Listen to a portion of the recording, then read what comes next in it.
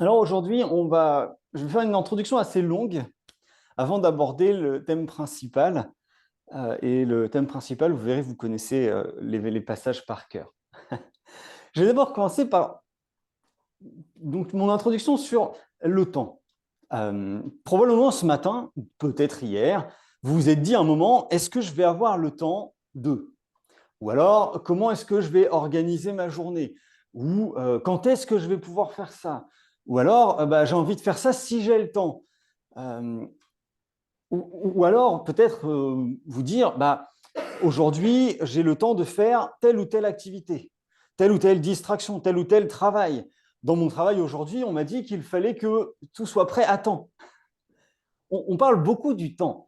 C'est quelque chose euh, euh, qui fait partie de tous les jours, notre emploi du temps, comme on dit, le planning pour certains disent. C'est quelque chose qui est beaucoup abordé aussi autour de nous. On nous dit d'organiser les choses, de prévoir, de préparer, d'anticiper.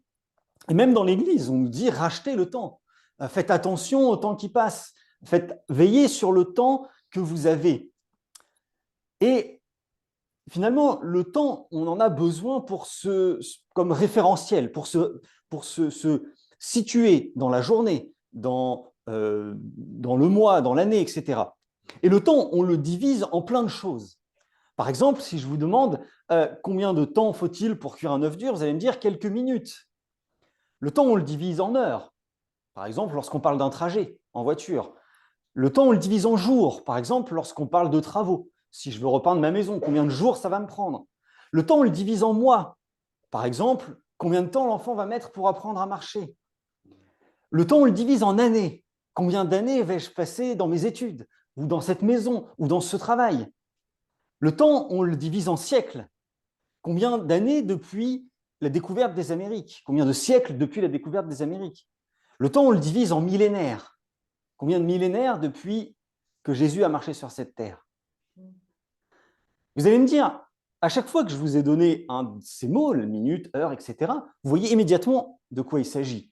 Pourtant, ça ne semble pas si logique que ça. Les minutes, il y en a 60 par heure, les heures, il y en a 24 par jour, les jours, il y en a entre 28 et 30 par mois.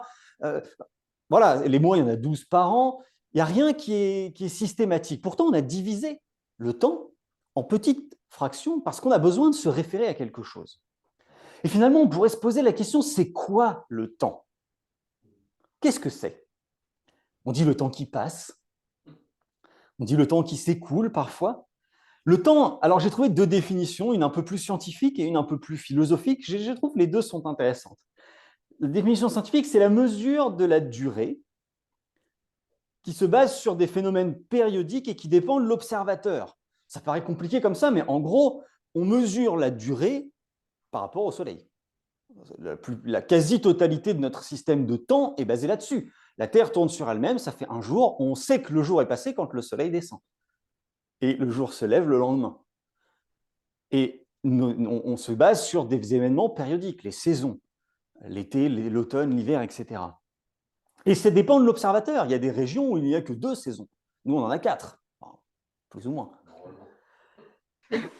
L'autre définition, c'est, et je trouve ça beaucoup plus intéressant et beaucoup plus proche de ce que la Bible dit du temps, c'est la division du flot d'instants en éléments finis.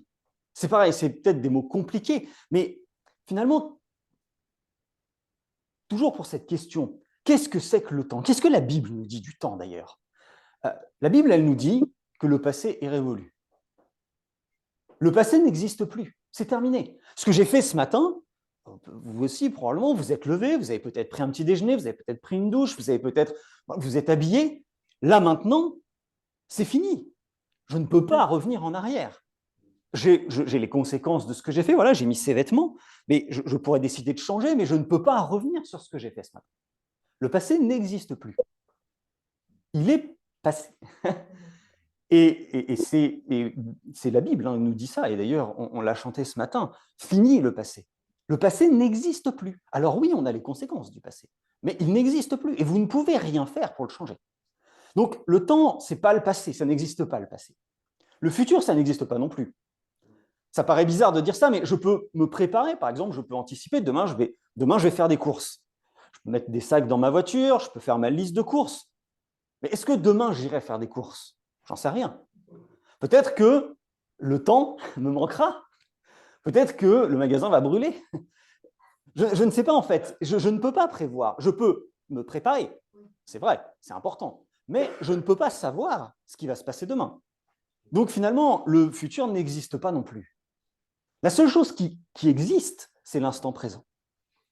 Et c'est dans la Bible d'ailleurs. Ça a d'ailleurs été très bien détourné par le monde. La Bible nous dit profite de l'instant présent. Le carpe diem, c'est quelque chose qui est, je pense, mondialement connu, en tout cas dans nos sociétés occidentales. C'est de dire profite de l'instant présent. Je fais ce que je veux aujourd'hui, maintenant, parce que je ne sais pas ce qui va se passer demain. La seule petite chose qui n'est pas tout à fait bien comprise par les gens du monde, c'est que Dieu nous dit oui, profite de l'instant présent, parce que je te l'ai donné. La nuance, elle est là.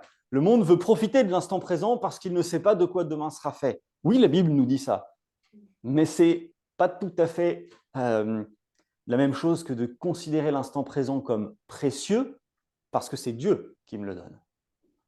Il y a une phrase dans la Bible qui dit « Mangeons, buvons, car demain nous mourrons ». Dans la Bible, ce n'est pas du tout dit de manière positive. C'est un jugement de ce que les hommes du monde disent. Ils disent « Mangeons, buvons, car demain nous mourrons ». Mais quelle est la reconnaissance que vous avez à Dieu par rapport à cet instant présent? Et c'est le premier point important de ce message. Est-ce que tous les jours, vous remerciez Dieu parce qu'il a fait cette journée? Moi, je me suis depuis quelque temps maintenant astreint, clairement, à remercier Dieu dans mes prières pour l'instant présent. À dire à Dieu merci pour la mesure de grâce que tu me fais de vivre une journée de plus. Alors, pour ceux qui connaissent un petit peu, les Juifs font cette prière rituelle tous les matins. Merci Seigneur d'avoir gardé mon âme pendant la nuit. Quelle est la reconnaissance de l'instant présent que vous avez? C'est le premier point important.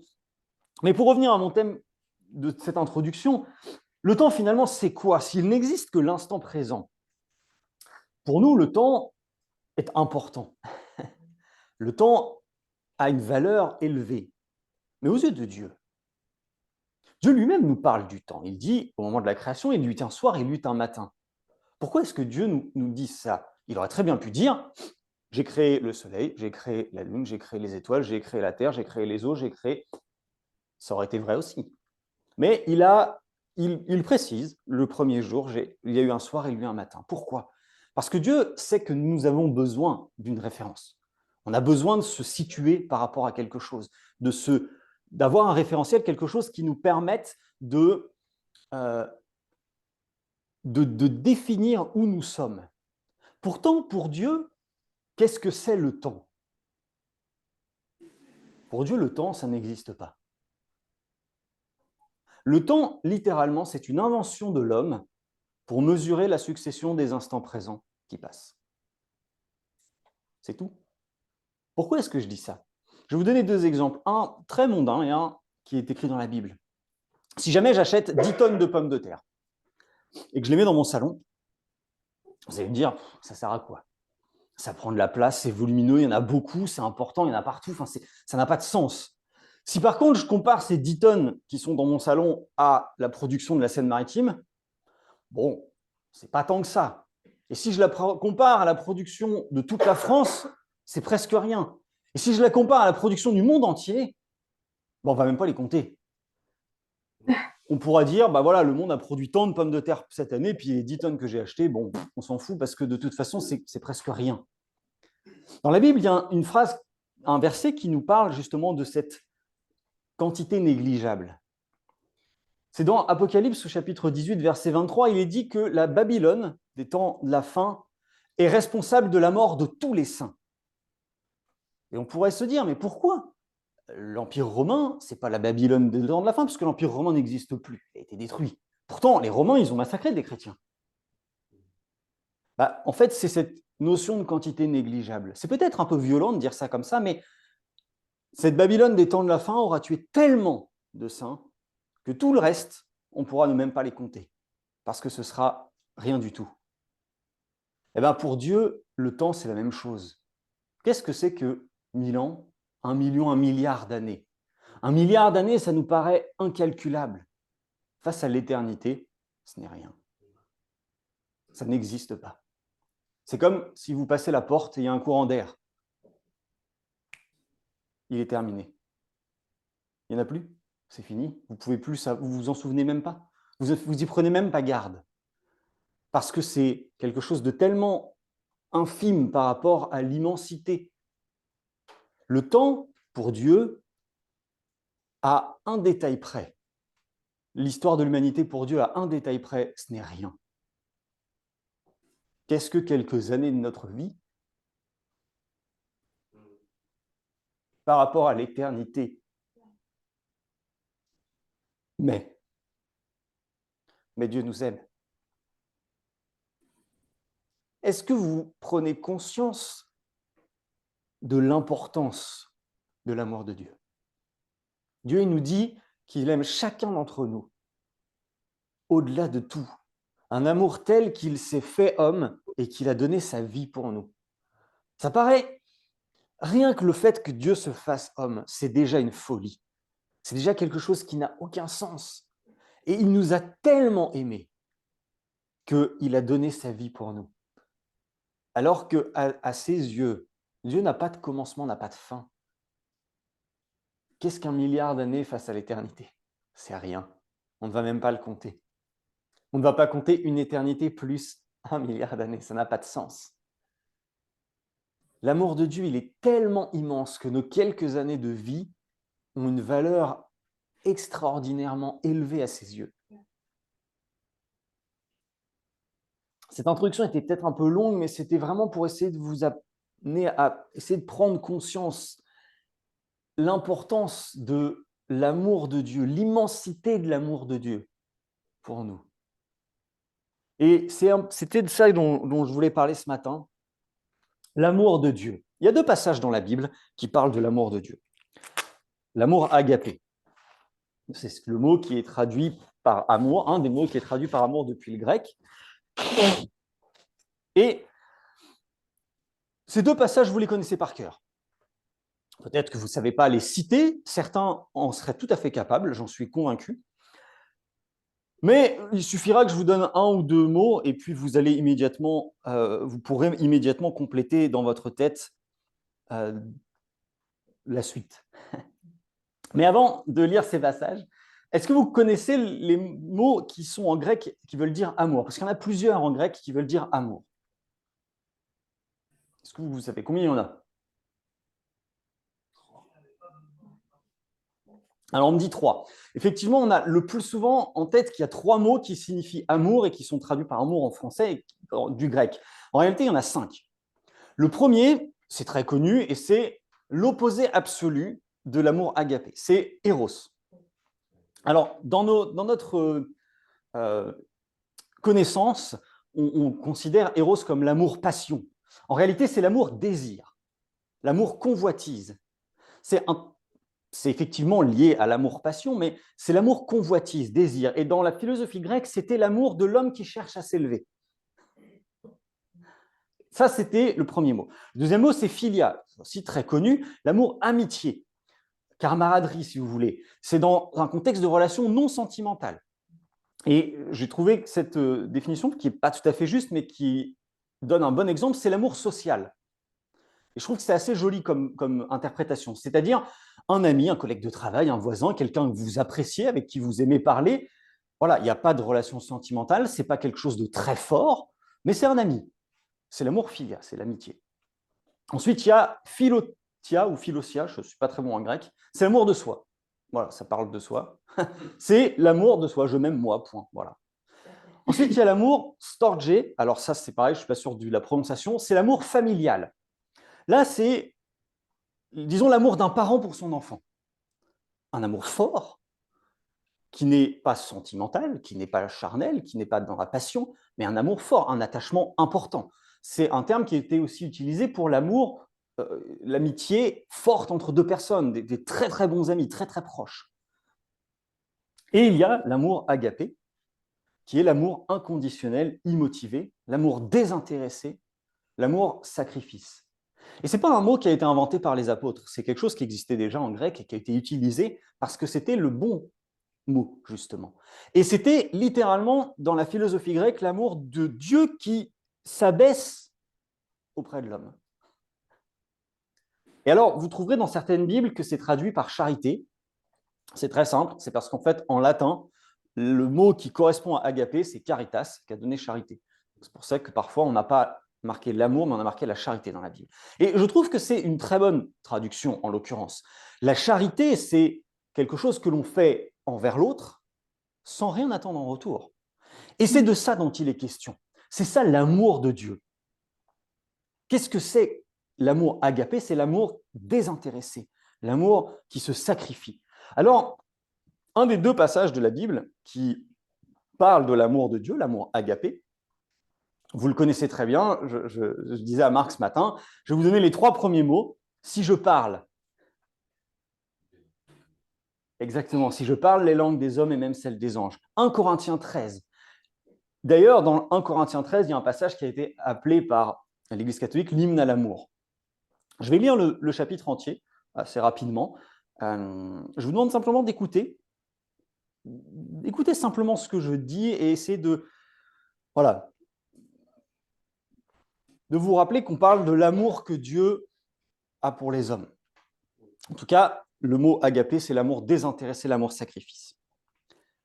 Donc 1 Corinthiens 13. Si je parle la langue des hommes et même celle des anges, mais que je n'ai pas l'amour, je suis un cuivre qui résonne ou une cymbale qui retentit. Si j'ai le don de prophétie, la compréhension de tous les mystères et toute la connaissance, si j'ai même toute la foi jusqu'à transporter des montagnes et que je n'ai pas l'amour, je ne suis rien. Et si je distribue tous mes biens aux pauvres, même si je livre mon corps aux flammes, mais que je n'ai pas l'amour, cela ne me sert à rien. L'amour est patient, il est plein de bonté. L'amour n'est pas envieux, il ne se vante pas, il ne s'enfle pas d'orgueil, il ne fait rien de malhonnête, il ne cherche pas son intérêt, il ne s'irrite pas, il ne soupçonne pas le mal, il ne se réjouit pas de l'injustice, mais il se réjouit de la vérité. Il pardonne tout, il croit tout, il espère tout, il supporte tout. L'amour ne meurt jamais. Les prophéties disparaîtront, les langues cesseront, la connaissance disparaîtra. En effet, nous connaissons partiellement et nous prophétisons partiellement. Mais ce qui est parfait, mais quand ce qui est parfait sera venu, ce qui est partiel disparaîtra. Lorsque j'étais enfant, je parlais comme un enfant, je pensais comme un enfant, je raisonnais comme un enfant. Lorsque je suis devenu un homme, j'ai mis fin à ce qui était de l'enfant. Aujourd'hui, nous voyons au moyen d'un miroir, de manière peu claire, mais alors nous verrons face à face. Aujourd'hui, je connais partiellement, mais alors je connaîtrai complètement, tout comme j'ai été connu. Maintenant donc, ces 3 choses restent. La foi, l'espérance, l'amour. Mais la plus grande des 3, c'est l'amour. Un passage que vous connaissez. Vous l'avez à coup sûr entendu. Peut-être même que vous le connaissez par cœur. Est-ce qu'il y a quelque chose dans ce passage qui vous semble un peu déplacé, pas étrange? Non? Il n'y a pas quelque chose qui vous semble bizarre? De quoi Paul y parle? Au début, il parle de l'amour. Si je parle la langue des hommes. Donc, en gros, je résume les 3 premiers versets, c'est ce que je fais si je ne le fais pas avec amour, l'amour désintéressé, hein, c'est ce dont on parle, ça ne sert à rien. Hein, si je prophétise pour attirer vers moi de l'intérêt ou contre de l'argent, ça ne sert à rien. Si je distribue mes biens aux gens, mais que je fais ça pour attirer la gloire, ça ne sert à rien. Donc voilà, on comprend facilement ça. Ensuite, la suite est assez cohérente. L'amour est patient. Voilà, on a toutes les descriptions de quel doit être l'amour. Et on a peut-être cette a priori ou cette vision des choses qu'on parle de l'amour entre frères et sœurs, ou l'amour entre conjoints, ou l'amour de Dieu pour nous, l'amour qu'on doit avoir pour Dieu. Ce n'est pas faux, hein. C'est d'ailleurs assez juste, d'autant plus que ce passage est souvent lu pendant les mariages. Donc on a forcément cette image de l'amour qu'on doit avoir les uns envers les autres. Et je pense que c'est une bonne chose d'essayer d'appliquer cela, que ce soit entre frères et sœurs dans l'Église, que ce soit envers notre prochain, que ce soit envers notre conjoint, que ce soit envers notre ennemi, plus difficile. Mais la suite, qu'est-ce que c'est? D'où est-ce que ça sort? On a un peu l'impression que Paul, d'un coup, il pète un plomb, il change de sujet, en plein milieu de son truc. Il vient de faire toute une explication sur l'amour, sur voilà, l'amour désintéressé, hein, c'est de ça dont on parle, je vais le répéter tout au long du message, mais l'amour inconditionnel. Et d'un coup, il nous dit, il parle des prophéties, il parle de... On pourrait se dire de quoi il parle. En réalité, c'est de qui il parle.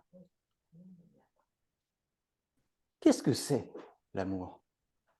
Alors, le deuxième passage qu'on lira tout à l'heure nous donne la réponse, et je vais vous la dire maintenant, c'est en fait, agapé est Dieu. Ou l'inverse, Dieu est agapé.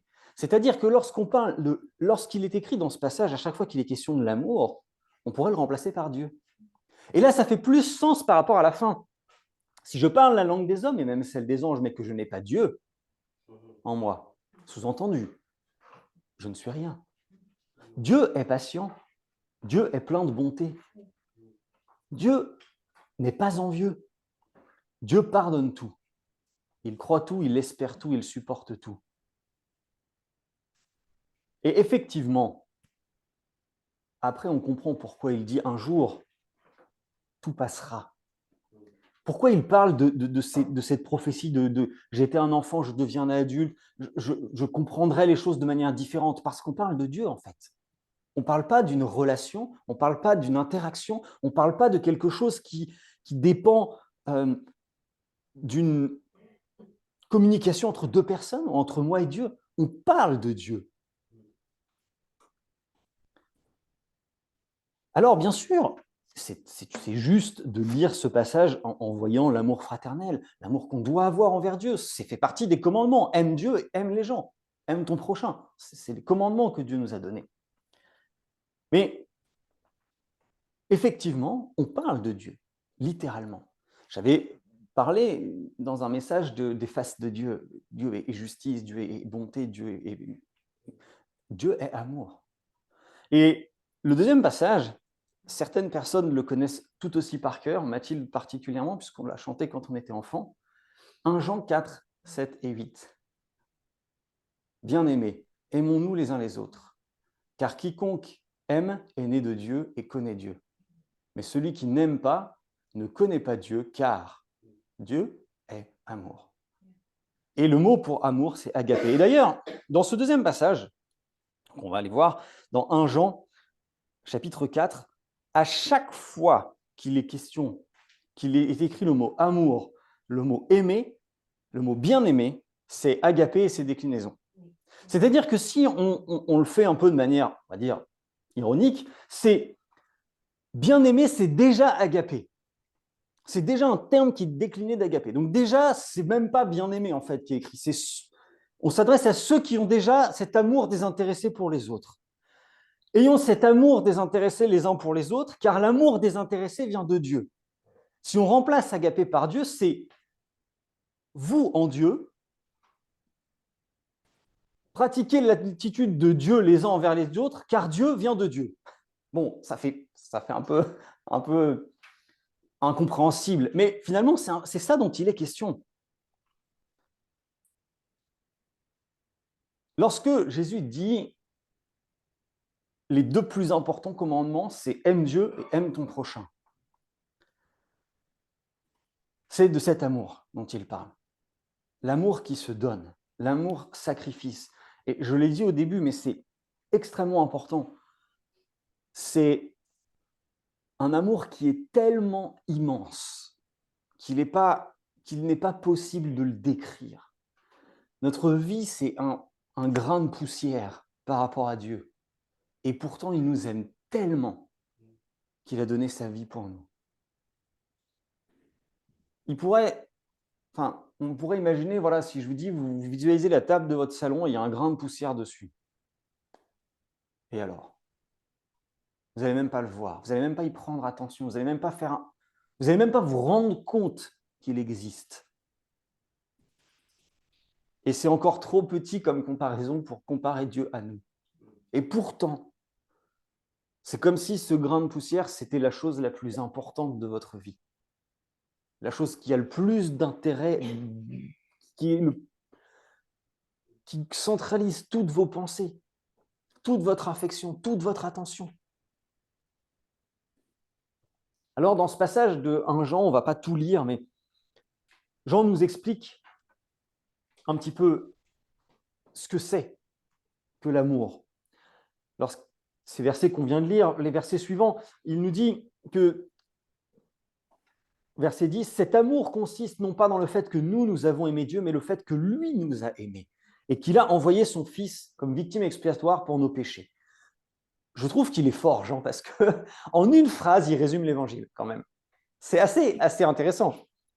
Cet amour qui se donne, cet amour désintéressé, cet amour immotivé, consiste dans le fait que Dieu nous a aimés en premier. Ce n'est pas nous, c'est Dieu qui s'est abaissé à nous. Et par la suite, il va expliquer un petit peu que c'est, d'ailleurs, quelque chose que Jésus avait dit, c'est par l'amour que nous nous portons les uns les autres que tous sauront que nous sommes chrétiens. Ce n'est pas par nos actes, ce n'est pas par la grandeur de notre assemblée, ce n'est pas par la taille de l'église, du bâtiment dans lequel on est, ce n'est pas par la gloire, la reconnaissance, la renommée qu'on peut avoir, ce n'est pas par l'argent qu'on donne, les bonnes œuvres qu'on fait, c'est par l'amour que nous avons les uns pour les autres, que les gens vont reconnaître. Et c'est ce qu'il va dire dans les versets qui suivent, on ne va pas les lire, mais versets 12 à 16. En gros, il dit, moi, je peux attester que Jésus est le Seigneur parce que je l'ai vu. On ne peut pas tous s'en dire pareil. Mais voilà, il dit, voilà, moi, je peux dire, Jésus est le Sauveur, je l'ai vu. Par contre, comment est-ce qu'on peut, les uns et les autres, savoir qu'on a Dieu en nous? Eh bien, par l'amour qu'on se porte. C'est un peu ça que Jean va expliquer dans ce passage. Il termine au verset 16, juste avant sur quoi on va se concentrer. Il dit, voilà, nous avons connu l'amour que Dieu a pour nous, et nous y avons cru. Dieu est amour, et celui qui demeure dans l'amour demeure en Dieu, et Dieu demeure en lui. Donc voilà, il conclut son explication de l'amour de Dieu et de l'amour qu'on doit avoir les uns pour les autres, en expliquant que celui qui a l'amour désintéressé pour l'autre, Dieu vit en lui. Et après, on a ce verset 17 qui est, je trouve, très très fort. C'est en cela que l'amour est parfait en nous, de sorte que nous aurons l'assurance le jour du jugement parce que nous sommes dans ce monde tel que lui, il est. Et là, on pourrait se dire, quand même, il exagère un peu, il se compare à Dieu. Parce que qui est Dieu? Je vous rappelle ce que j'ai donné en introduction. Dieu, il est en dehors du temps. Et la façon dont il se présente à Moïse, c'est « je suis ». Et là, Jean, il dit, l'amour est parfait. Alors, on a déjà toute l'explication d'avant qui nous prouve que l'amour de Dieu est parfait, puisqu'il est tellement extraordinaire qu'il se donne, et en plus, il a donné sa vie. Il a été jusqu'au bout de cet amour qui se sacrifie. Il a littéralement donné sa vie. J'ai du mal à trouver des mots pour exprimer l'immensité de l'amour de Dieu. On est déjà sur quelque chose de parfait. Et Jean dit, tout ça, c'est même pas pour ça que l'amour de Dieu est parfait. Et il dit, finalement, si j'ai l'amour de Dieu, je suis comme Dieu. C'est choquant. Pourquoi il dit ça?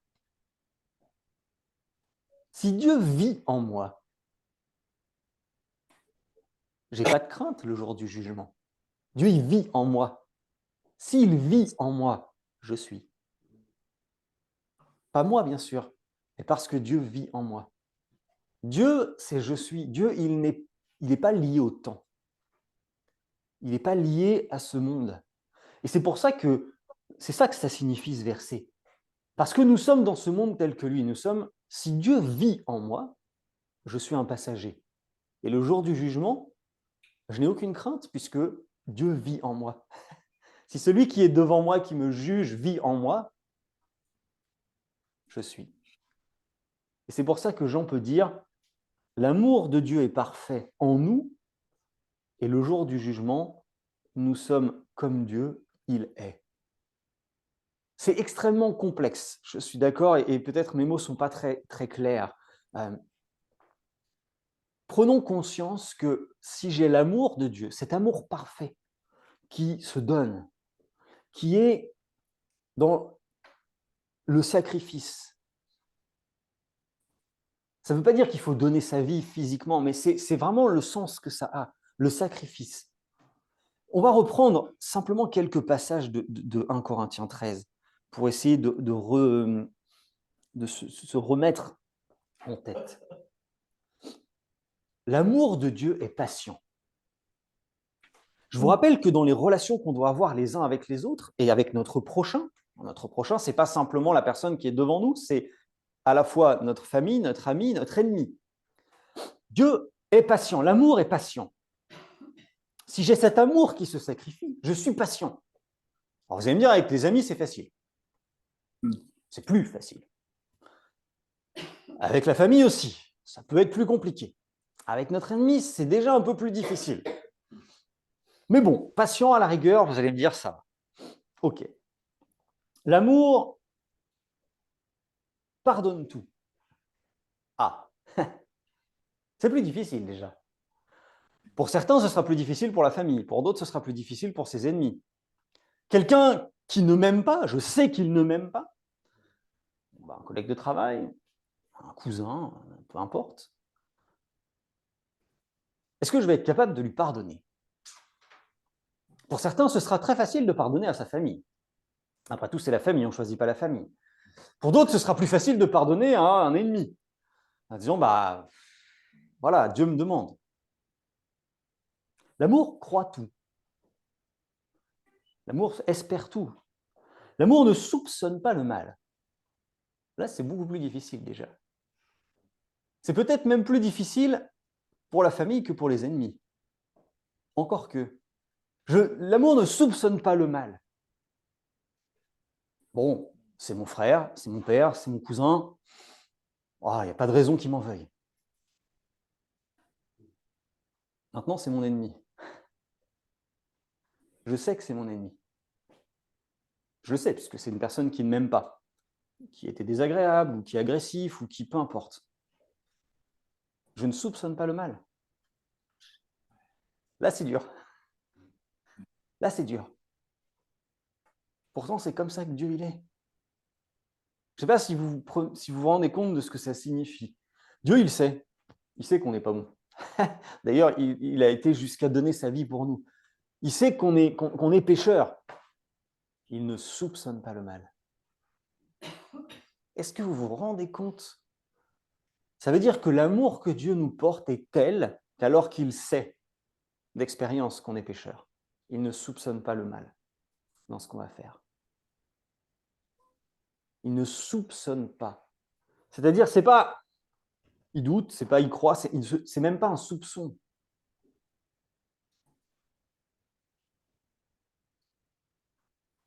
Il ne se réjouit pas de l'injustice. Ah, ça c'est dur, ça. Pour sa famille, c'est plus facile. Ah, il lui arrive quelque chose de difficile. Ah mince, c'est triste. Pour un ennemi, c'est quand même un peu plus compliqué. Est-ce qu'on ne va pas penser bien fait pour lui? Ouais. Dieu est amour. Voilà l'amour dont il nous demande d'exprimer envers les autres. Il y a du travail, hein? Il y a du travail. Et on va revenir sur Jean, toujours 1 Jean 4. Le verset 17 était fort. Le verset 18 est dur. Très dur. Je pense que c'est un des versets les plus difficiles de la Bible, à mon sens. Très difficile pour deux raisons.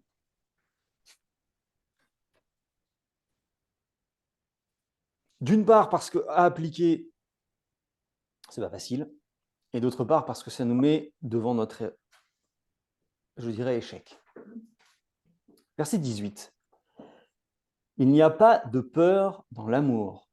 Au contraire, l'amour parfait chasse la peur, car la peur implique une punition. Celui qui éprouve de la peur n'est pas parfait dans l'amour. Je vous relis le verset 17. C'est en cela que l'amour est parfait, de sorte que nous aurons l'assurance le jour du jugement. La peur, c'est quoi? La peur, c'est la perspective du danger.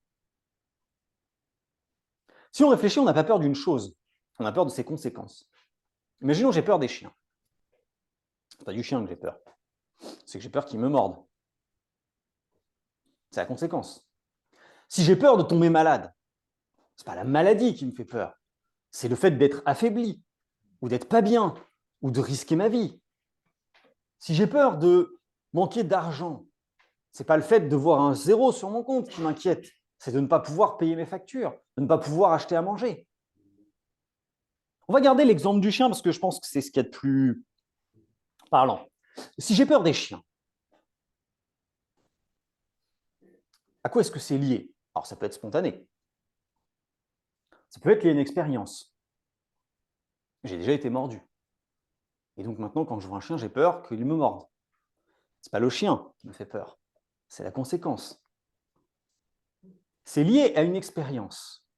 Mais c'est lié aussi à une connaissance. Mon voisin a un gros chien. Moi, j'ai peur des chiens. Mais je vois que c'est un bon maître. Il le dresse. Le chien obéit. Je vois que quand il y a des gens qui passent, le chien, il n'est pas à sauter sur la barrière pour hurler. Il reste calme. Je vois que quand il y a des enfants qui viennent, le chien, il est gentil. Il n'est pas brutal. Il reste à côté. Je vais avoir la connaissance que le chien n'est pas dangereux. Et je n'aurai peut-être pas plus peur des chiens, mais en tout cas, celui-là ne m'inquiétera plus. Il y aura peut-être une petite appréhension en passant le portail, mais je sais qu'il est gentil et qu'il ne me fera pas de mal. Est-ce que vous voyez où je veux en venir?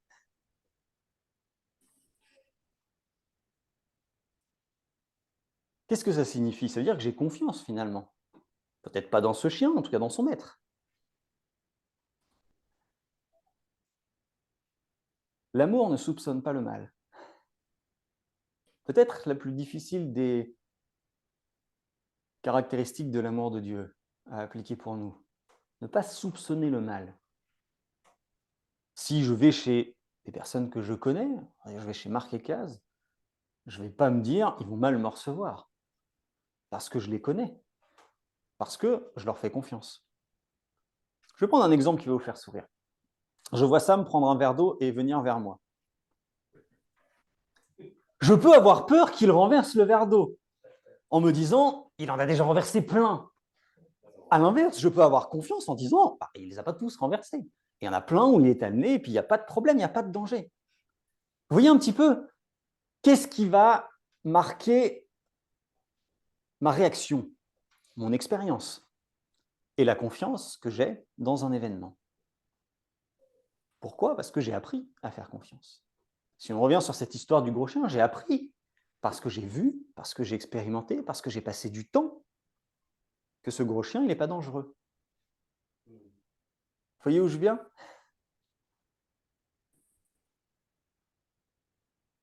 J'ai appris à faire confiance. Si je passe du temps avec Dieu, si j'apprends à le connaître,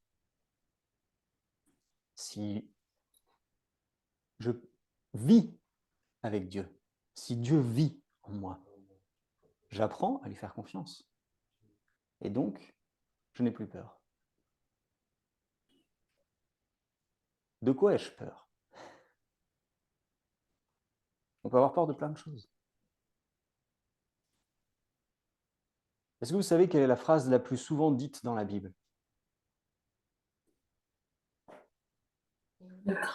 N'aie pas peur. Ne crains pas. Et les déclinaisons. C'est dit 365 fois dans la Bible. C'est un des paradoxes de l'Évangile. C'est un des très gros paradoxes de l'Évangile. Dieu nous dit, si tu aimes comme moi je t'ai aimé, et que l'amour qui se donne, l'amour sacrifice, l'amour désintéressé, si cet amour est parfait, alors je vis en toi et tu n'as pas de crainte. Et en même temps, il nous dit, ne crains pas, ne crains pas, ne crains pas. Et il nous le répète incessamment. Parce que Dieu nous connaît, il nous connaît très bien. Il sait que on n'y arrivera pas. C'est pour ça que je disais que ce verset, c'est un des versets les plus durs. Dieu nous dit, aime Dieu et aime ton prochain. De cet amour agapé, cet amour du sacrifice, cet amour qui se donne, cet amour désintéressé. Et Dieu il dit, si tu aimes comme ça, je vis en toi. Et tu n'as pas peur. Mais il sait qu'on n'en est pas capable. Et c'est pour ça qu'il nous dit, n'aie pas peur, n'aie pas peur, n'aie pas peur. Ce n'est pas une honte d'avoir peur. Tout le monde a peur, à un moment ou à un autre, d'une chose ou d'une autre. J'aimerais juste vous proposer, baissez vos têtes, fermez vos yeux et réfléchissez à vos peurs. De quoi ai-je peur? Je ne vous parle pas de justifier. Il peut y avoir toutes sortes de justifications. Il peut y avoir toutes sortes de raisons, toutes sortes d'expériences que vous avez traversées qui vous font avoir peur. De quoi